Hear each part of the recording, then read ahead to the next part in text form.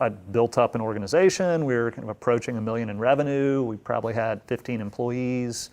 We were not profitable yet, but well on the path. Like, it was very clear what was going to happen. And then someone turned off the faucet, and all the business went away. Welcome to the Revolution of One podcast, where the revolution will not only be televised, but also individualized.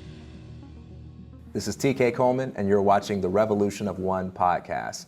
Today's guest is Geoff Graham. Geoff is the founder of Guild Quality and a partner at the Ion Group. Today, Geoff and I are going to talk about some of the early failures and the lessons that he's learned along the way, his superpower and how he discovered it and made it work for him, and some of the advice he would give to young people on how to find and follow their passion. Welcome to the show, Geoff. Glad to be here, TK. So, Geoff, most conversations that I listen to on podcasts, they usually begin with success. People talking about their latest project, how they're crushing it in entrepreneurship, whatever it may be. I want to start with failure. And I want to start with failure right now. I want to know what's not coming together easily for you right now. Oh, man. Well, that's a really personal question. Yeah. I got to give some backstory to do that. So I began my professional path at a young age working in construction, and stayed on that path, as I got older and older and built homes, developed real estate, and then started, in my late 20s, started a software company that still serves the home improvement, remodeling, construction industry, and grew that business. And all the companies I'd had or been involved with up until that point, they were very, very small. And so everybody did a lot of different things. And then the software company, Guild Quality, as we grew, first, me and the dog, and then larger over the following 15 years. And when we sold that business 2 years ago to a private equity firm, we were about 110 employees. And that was something that that growth was something that I never really, we were actively working to grow, to build the business, but there's a subtle thing that changed from the time you were 1 or 5 or 10 employees until you were to the point you were 30 or 50 or 100. And it was that as a leader, my job changed from doing things to empowering people to do things, to charting a course and setting the framework in which people can be successful. And so sold the company a couple years ago, stayed on with them for a year, helped them continue to grow and integrate with other businesses and find new leadership, and then left in January because I have my list of businesses that I'm interested in starting and have dived into starting those new companies. And the thing that has kind of hit me in the face like a 2x4 has been, I no longer have this great, deep infrastructure of wonderful people who share the vision and want to go execute, and I got to rebuild that team. Something that took 15 years of time to really, and a lot of trial and error of getting wonderful people around you. So it's, I'm kind of off on my own,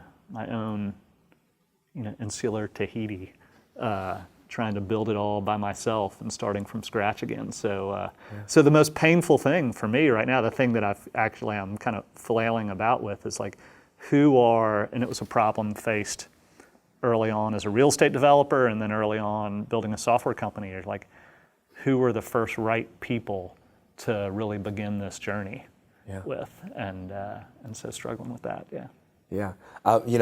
I think you're a great example of this. I think a lot of people look at successful startup founders like yourself and they think, oh, well, for this guy, failure is a thing of the past. That's probably something that he experienced in 8th grade or something like that. But now he's successful. And there's this level you get to in life where you no longer have to deal with difficulty, and you can just sort of buy your way out of it or network your way out of it.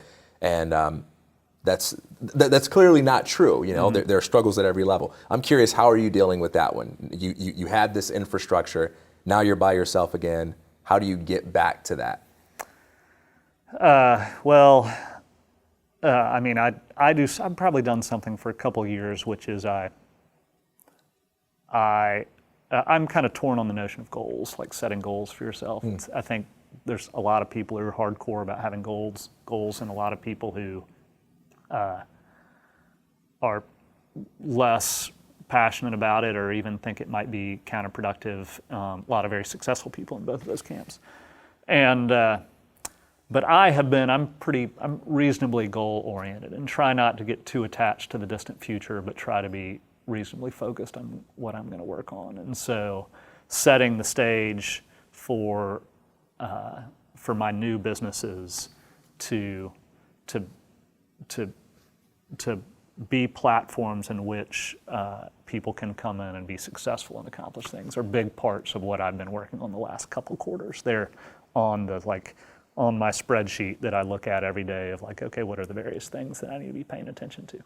I'm curious, you mentioned that there's a debate on goals, whether or not they're useful. What's the case against goals?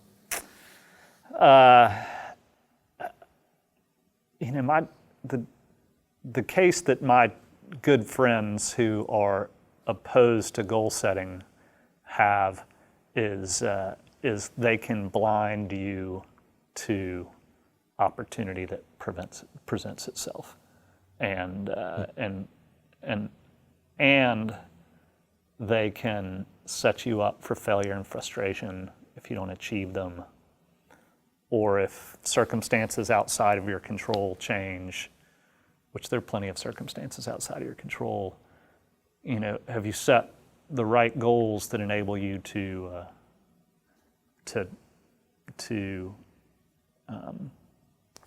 kind of pivot in response to those circumstances and still achieve them? So the way I rationalize, recognizing that there's so much outside of my control, the way I look at my own goal setting is I try to have all the goals that I set be things that are entirely within my control, and let what will be. So like a goal I would set would not be to, if you're in a sales-oriented environment, it wouldn't be to close a certain amount of business by a certain time. It would be to do a certain amount of activities by that time that would, maximize my chances of having success in that area. So like setting a goal of like, by the end of this year, I'm going to have $1 million in revenue or something, like that's not a goal I would ever set. And so I think when people are the group that's down on goals, when you really drill into it, they're big on making plans, like making a plan and doing the work, it's like Stephen Pressfield, right? Do the work. But I think what they're really down on is like putting flags in the ground and saying, I'm going to have $1 million in revenue by this point, or I'm going to have 50 employees or whatever. Yeah. Those things are kind of outside of my control. James Clear kind of talks about this concept where, you have people set these goals like, I'm going to lose 20 pounds by this date. And then even if they lose 15, they feel like a failure because they measured it in terms of outcome, versus something like, look, think about the kind of person you want to be. You want to be healthy. What do you need to do to be healthy? Go to the gym. Say, I'm going to go to the gym every day. And that's a goal that you can achieve. That's entirely in your control. And you get to feel good. You get to make progress. And you're not overanalyzing, every, aspect of the result that fell short. I kind of like that approach. I work with a lot of high school, college age students who feel really confused about the whole goal thing. They don't know what they want. So what advice would you give to someone who says, hey, look, I want to be productive. I want to make progress. I want to invest in my future, but I don't even know what I like yet. I don't even know what I'm passionate about. I will tell you, I'm not big on giving advice. I try to avoid giving advice. I can share with you my own experiences, like what's worked for me and what's not worked for me. Yeah.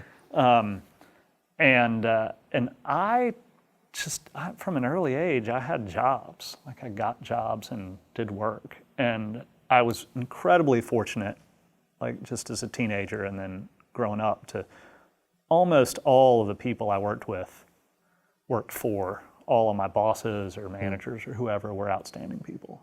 And so what was great for me was to spend time with people who challenged me, who gave me responsibility, who had built a platform in which someone could thrive and develop, who were patient, who I enjoyed being with. And they exposed me to all kinds of different things. Like, I'm also kind of like, there is a saying, do what you love and the money will follow. Money follow, right? or I'm not. I think there's a lot to be said for do the work, and your love for it will follow. I mean, if you only do things that you're immediately drawn to, you're never going to broaden your palette of what you might eat, or you're never going to, experience new things. Yeah. But to come ask me the question again, because I don't feel like I'm answering it. Like what advice for? Yeah, well, you are answering it. I'm curious about the younger people who feel like, hey, I want to be a go-getter. They're listening to the Tim Ferriss podcast. They're watching Gary Vee videos, and they're thinking, I want to be this motivated, successful, productive person, but I don't know what my thing is. I don't know what my passion is. So there's a whole lot of things like what are things that everyone should be doing when they're young, or could be doing when they're young, to help them get pointed in the right direction. Like, I think about with my own children, what I try to help them do is like, okay, you have so much opportunity ahead of you now. What are things that you can do that open doors rather than close them? Like, expand the number of doors that are open to you rather than closing them off. I think it's Bezos. I've just heard that he's the one who says this, is, there's two types of decisions you can make: those that you can walk back from, and those that you cannot. And I think as a young person, it's important to think about those sorts of things. Like, what are decisions that, paths you can go down that you can walk back from, and what are those that you can go down that you commit to? Like, having a family is one you can't walk back from. Like, those are ones you really need to deliberate. Taking on, $100,000 of student debt. Like, once you've done that, like, you've done it. Or buying a house, or like lots of things wedge you to a path where there's no walking back from it. Before one enters into things like that, they need to reflect on them and be cautious and deliberate on them. But the ones you can walk back from, go boldly. Like, do those, experience those new things. That's my take. I mean, you're the interviewer, but I admire you and your perspective on everything. It's like, what do you tell people? I like the way you put it, and the way I would articulate it is, I make a distinction between, preferences and leverage. Preferences are like, this is what you want, right? I want to live in this kind of place. I want to work this kind of job. I want to be around these kinds of people. And leverage is your ability to make an economic demand on the world, right? If I say, okay, I demand that I make this much money, or I want to come in at this time, my ability to get that depends on how much negotiating power or leverage I have. And when you're young, your preferences are high, but your leverage is really low because you don't have a lot of experience. So it's not very expensive for people to say no to you. It's not very expensive for people to say, oh, I'm not going to hire you and give you what you want, because the cost to replace you is pretty low. And so the advice I give the young people is, keep your preferences. Be loyal to those. Your preferences are your preferences. Stay true to that. But when you don't have experience, optimize for leverage. Take the kind of opportunities that are going to help you accumulate negotiating power over time, because your preferences may change, but even if they don't, what you want is to be in a position over the course of time where you have a greater ability to say, hey, this is how I want it, or this is what I'd like to do, and people are more inclined to say yes to you. So I tend to deter people away from expecting to have their dream job on day one, or right out of school. I think a lot of people are selling that, but I think it's important to prioritize learning and growth when you're working your first job, and not treating it like a marriage.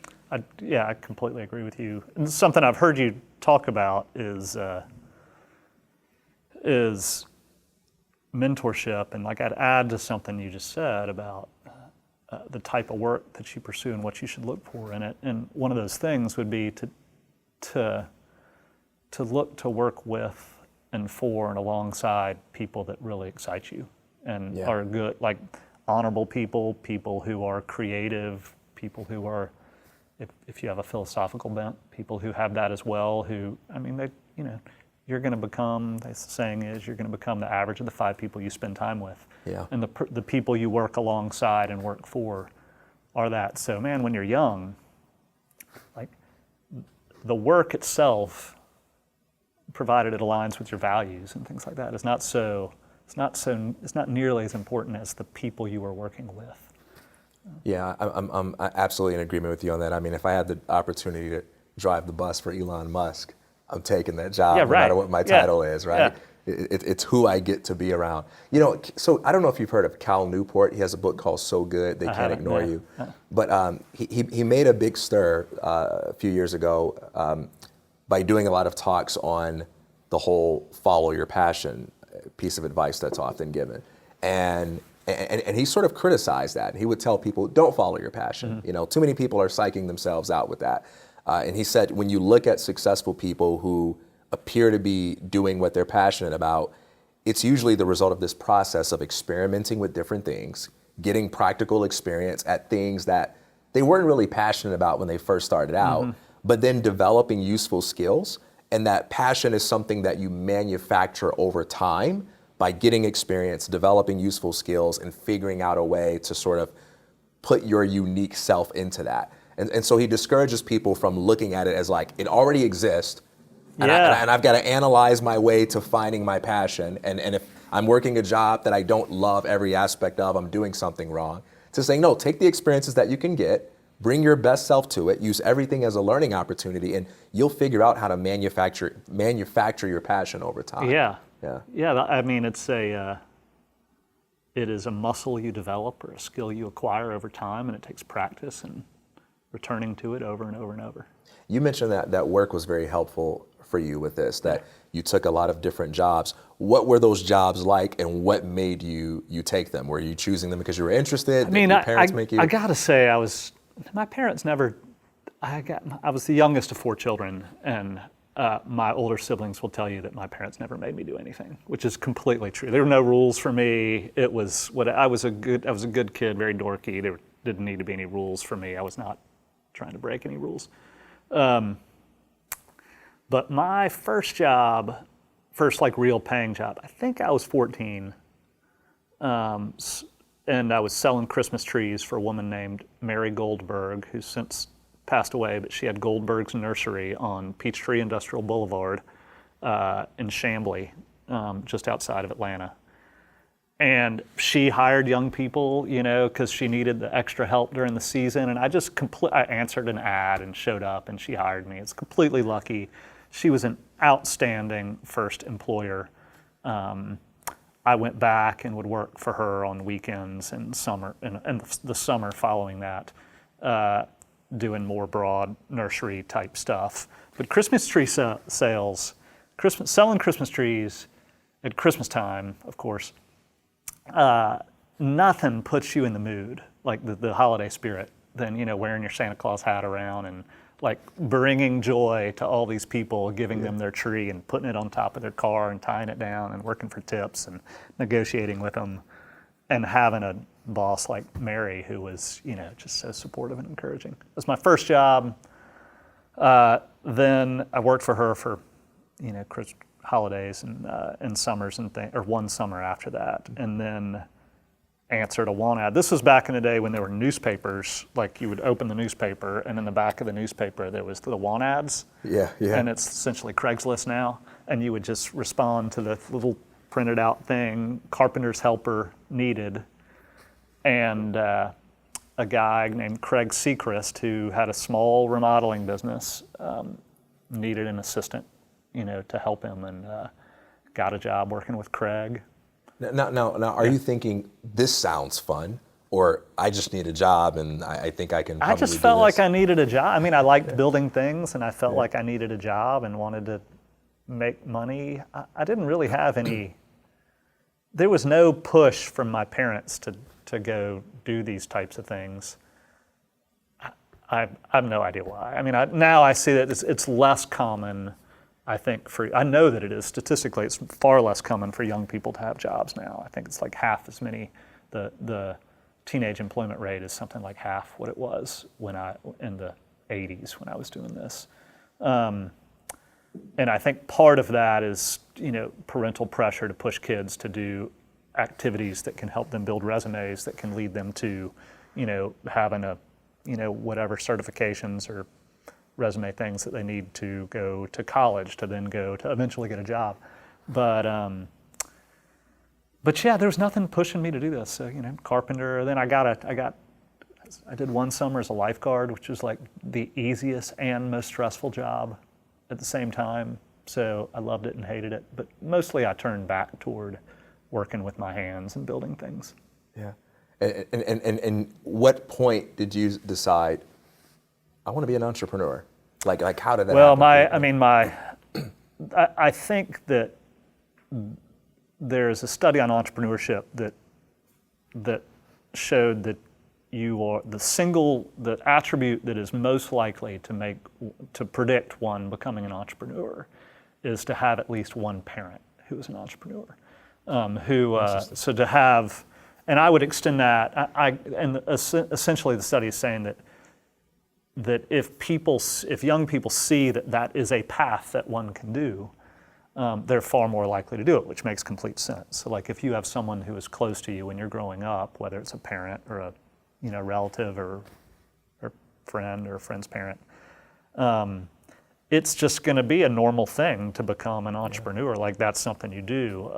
My wife's family, that entrepreneurship is not common in her family. And when they met me, it was like, does this guy have a job? What is he doing? They very quickly got over it. They're wonderful people, but and love me now, or at least they act like they do.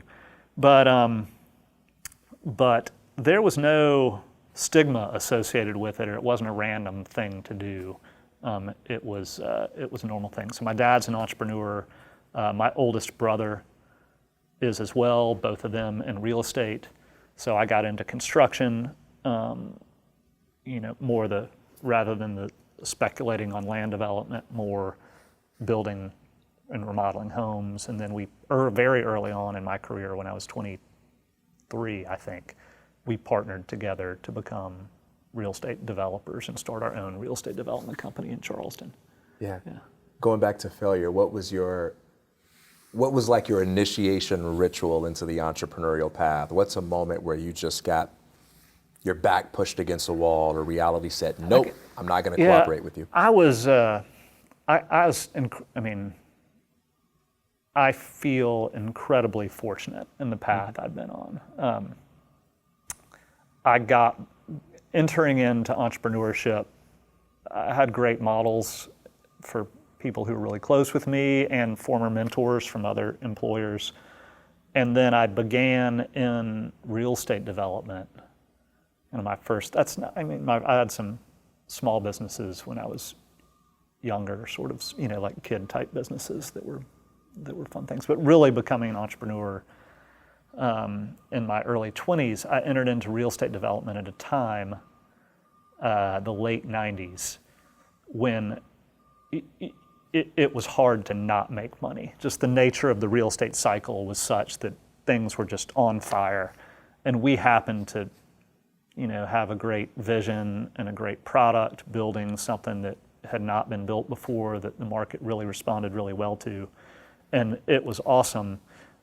And the whole time we were like, we're so smart and we're great and everything's awesome. But the reality was that we were doing a good job and the market was there with us. Like we were gonna be successful with that project because the market timing, which was outside of our control. And then, so I had great success early on and then started my software company in the early 2000s. And started, again, on a really good tear with that business. And then the recession hit, and our software company was selling to the home improvement and home building and remodeling industries. And the recession hit those industries a year before it hit everybody else. And I built up an organization. We were kind of approaching $1 million in revenue. We probably had 15 employees. We were not profitable yet, but well on the path. Like it was very clear what was going to happen. And then someone turned off the faucet, and all the business went away. And it was at that point that I realized, like thinking about failure, like I had a lot of dependence personally. Like I had family now, a wife and kids, and then all these people in the company who depended on our business for their living and their some of them had family as well. And all of it went away. Like the revenue just disappeared. Home builders were not buying anything. They were all going out of business. It was like, it's tough to appreciate unless you were in a business at that time, how painful and difficult it was. Like everybody was just going out of business. Great businesses that had been in business for 60 years were going out of business. And it was tough to sell, and we had to completely rejigger everything, and I had to look hard in the mirror and realize, like, okay, Geoff, you have had some great success over the last decade, I guess decade or so, your professional career, a little more than that. But the reality is you were surfing on an easy wave to surf. And now it's no longer pretending to have a business. Now you really have to dig in, and you have to build a really strong company with strong roots and make it into something that can endure and grow. And that was very difficult. That was 3 years, the hardest 3 years of my life, most stressful, was laying off people, working incredibly hard to hold the business together. We dropped from, I think, like 15 employees probably down to 7. Wow. And then slowly, kind of growing over and over again. I laid off 4 or 5 people at once. Things like now I wouldn't think are all that big a deal, but at the time when I was 32 or so and working on it, that was really painful. But we powered through it. We hunkered down like a mule in the rain and powered through it.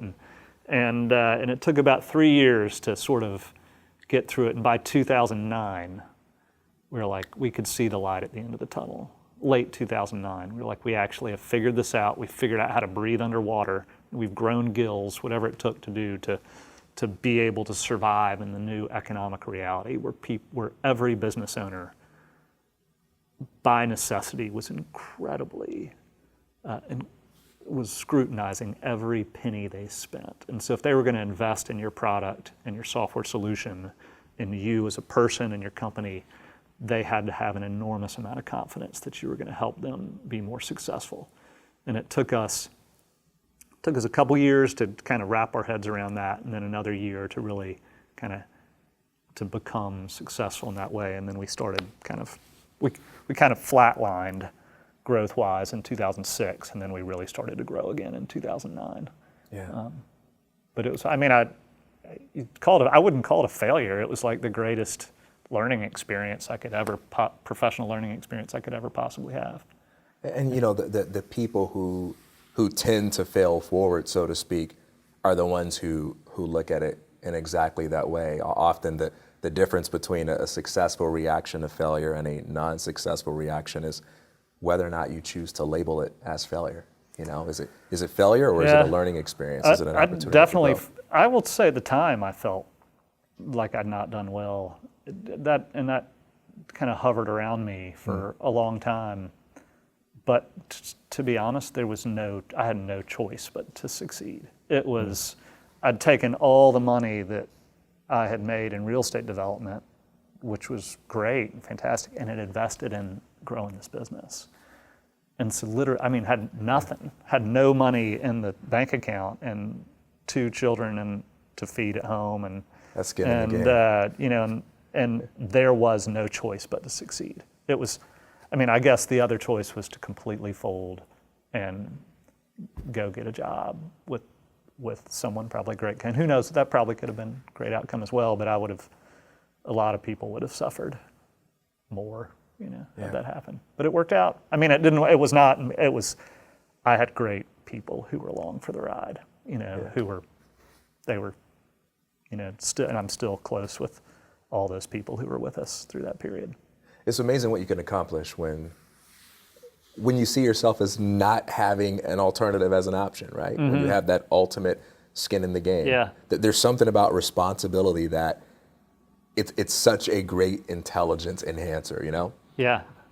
One question for you. So my theme for this month with the Revolution of One videos is non-zero days. Yeah. And I talk about this idea of creating change through small steps. The idea of a non-zero day is that anything that's not zero that works, Yeah. right? So even if you just get out and just walk one block today, even if you just write one sentence, don't let a single day go by without you logging in some kind of action step that moves you in a constructive direction. What's your take on the idea of non-zero days, and what's a way that perhaps you've been able to create changes in your life or in others through small action steps? I think I love the way you describe it. I've not heard the term non-zero days before, but I completely get what you're saying. I've taken to saying, I'm sure someone else said this, and I probably got it from them. I don't know who it was, but the habit is a superpower. And like the only real superpower we're going to have is habit. Like the habit we develop, the rituals we have, and they might not be superpowers. They could be great handicaps if you develop the wrong habits. But if you can develop habits that push you in the right direction to non-zero days every day, they're incredibly powerful. And like personally, that is can come in the habits that you develop from your diet, or the habits you develop from your exercise routine, the habit you develop to say no, to turn down things that might distract you from, might pull you off the direction you want to be in. Professionally, the rigor of measurement. I'm actually kind of a big measurement guy. I'm also a believer that not everything that matters can be measured. But of the things that do matter, they should be measured, and to look at those measurements on a daily or weekly or monthly basis are important. How many times did you work out this week? How many times are you going to? I know one of the habits of yours that we talked about is reading. You love to read. Yeah. What are some good book recommendations you make for our viewers? So on directly related to this point, there is an old book, a very old, very short, illustrated book called The Man Who Planted Trees. It's by a French author, Jean Journeau. I think that's how you say his name. About a man who planted trees. And it really is about the power that can come from doing what appears to be a small action over and over and over again every day. It's about a man who creates a forest, essentially, where there had not been one before. So I'm a big fan of that. That's like a book one might read and they would love it, and you could also read it to your children at bedtime and they would love it. But it's essentially a parable. So I also love, we were chatting about Stephen Pressfield, I also love The War of Art. Yeah. I think that is a great read, and that is about like doing the work. Like you got to get up every day and do the work. And but I came to Stephen Pressfield through one of his fictions, Gates of Fire. I don't know if you ever read any of his fiction, but it's about the battle of Thermopylae, the 300 Spartans going against the invading army of Xerxes, and it's a historical fiction. But reading those two books together, you see how Pressfield, as an author, lives in the same way that he practices his art of writing in the same way that the Spartans and their, I can't remember the term for them, but essentially their pages developed themselves as a fighting force. And so those are good. Those would be two good books to read together. I like to read books. I'm reading at the recommendation of a great friend, or a brilliant friend. I'm reading Montaigne right now, and also reading a bio of Montaigne at the same time, and I love doing those two things together. I think the best advice I ever received about biographies is, over the course of your lifetime, read 1,000 biographies, because in doing so, you'll build a vast vocabulary for overcoming incredible odds. And that's kind of what I want to achieve with Revolution of One. I mean, I think it's so easy to kind of get stuck in your own life and feel like, well, I'm the first person in history to have this particular problem. Right. Or I'm the only person on earth to have this self-defeating thought. And then when you read other people's stories, you listen to other people's journey, everyone's going to have a different aspect to their lives. Everyone's going to have things that don't kind of match up with yours. But it improves your ability to sort of contextualize your own life. You say, okay, this little thing I'm going through here, that's kind of what Steve Jobs went through in chapter 3. That's kind of what Michael Jordan went through in chapter 7, you know, or that's what Geoff Graham talked about on that podcast, that biographies give us that ability to make better sense out of our own stories, I think. I was like thinking about I feel like I've had, like my life has been, I've had challenges, but I feel like they're not all that, I guess maybe everybody feels that way about some of their challenges, but I don't think, I think everybody has their own versions of these challenges and struggles that they have, and I think there's I think we live in a day where people talk up a lot more. You get a certain amount of status elevation to having challenges. So it's like people talk them up a lot more than they did 20 years ago about the hardships they have endured in their lives. Just my general observation about that is I do not know anyone who has a big part of their personal identity wrapped up in a disadvantage who ever accomplishes anything. Anything enduring or like to identify yourself as a challenged person with something holding you back, I think is probably something that it would hold me back. Like it would make it harder for me to accomplish some things if I viewed myself as, not having all the advantages that everybody else had. Yeah, I wholeheartly agree. It's not the disadvantages that define us. It's the determination to overcome them. Yeah. And finding your own unique way to overcome those advantages. That's what makes your story. Yeah. I say all that as like, I just don't feel like I've had all that many disadvantages in my life at all. So, I feel pretty lucky in general where I am. Also, I've had the greatest people in my life too. And I have this, I think if I have a special skill, it is, I haven't really thought about this, but I have so many wonderful people in my life that I have met kind of randomly. I would include you on that. Like it's, I don't know, just my special skill, maybe meeting all these great, wonderful people who help me have a positive outlook and inspire me.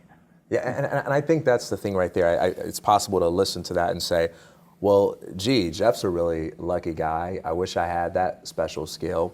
Or to say, well, wait a minute, here's a guy who freely admits that there are a whole bunch of things that he's not good at, who freely admits that there are people that are better than him at a bunch of other things, but he's got a couple of special things that he's learned how to work, and he used those special things to create advantages. And I think everybody has that thing. Everybody has that special thing, I may not be able to be the next Geoff Graham and charm people in the way that you do. Right. But everybody's got their own special thing, and it's a matter of finding that superpower, figuring out how to make that work for you, I think.